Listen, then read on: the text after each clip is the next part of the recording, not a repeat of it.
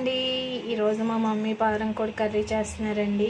అయితే దీన్ని విజిల్స్ వేయించుకోవాలండి. ఓ 10, 11, 12 విజిల్స్ వేయించుకోవాలి. కొంచెం గట్టిగా ఉంటుందండి. అందుకోసం దీంట్లో కొంచెం పసుపును, అల్లం వెల్లుల్లి పేస్ట్ వేసి కొంచెం వాటర్ వేసారండి. ఇప్పుడు మనం విజిల్ అయితే వేసారండి. దీంట్లోనూ ఒక 2 ఉల్లిపాయలు, 2 పచ్చిమిరకాయలు, కొంచెం సాల్ట్, కొంచెం పసుపు బాగా ఫ్రై. ఓకే అండి, ఉల్లిపాయలు కొంచెం ఫ్రై అయ్యాయి కదండి. ఇప్పుడు దీంట్లో టమాటాలు కూడా వేసేస్తున్నామండి.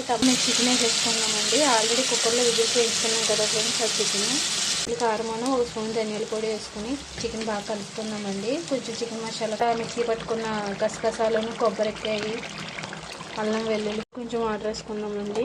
అయిపోయింది ఫ్రెండ్స్. ఇంకా 10 మినిట్స్ అయితే మనకి కర్రీ అయితే ఫైనల్. ఈ కర్రీ అయితే అయిపోయిందండి. పారం కోడి చికెన్ కర్రీ చాలా బాగా వచ్చింది కదా ఫ్రెండ్స్. గ్రేవీగా చపాతీలోకి, రైస్లోకి కూడా చాలా బాగుంటుందండి కర్రీ అయితే. ఓకే ఫ్రెండ్స్, కర్రీ అయితే ఎలా ఉందో కామెంట్ చేయండి, లైక్ చేయండి, మన ఛానల్ సబ్స్క్రైబ్ చేయండి. Bye friends.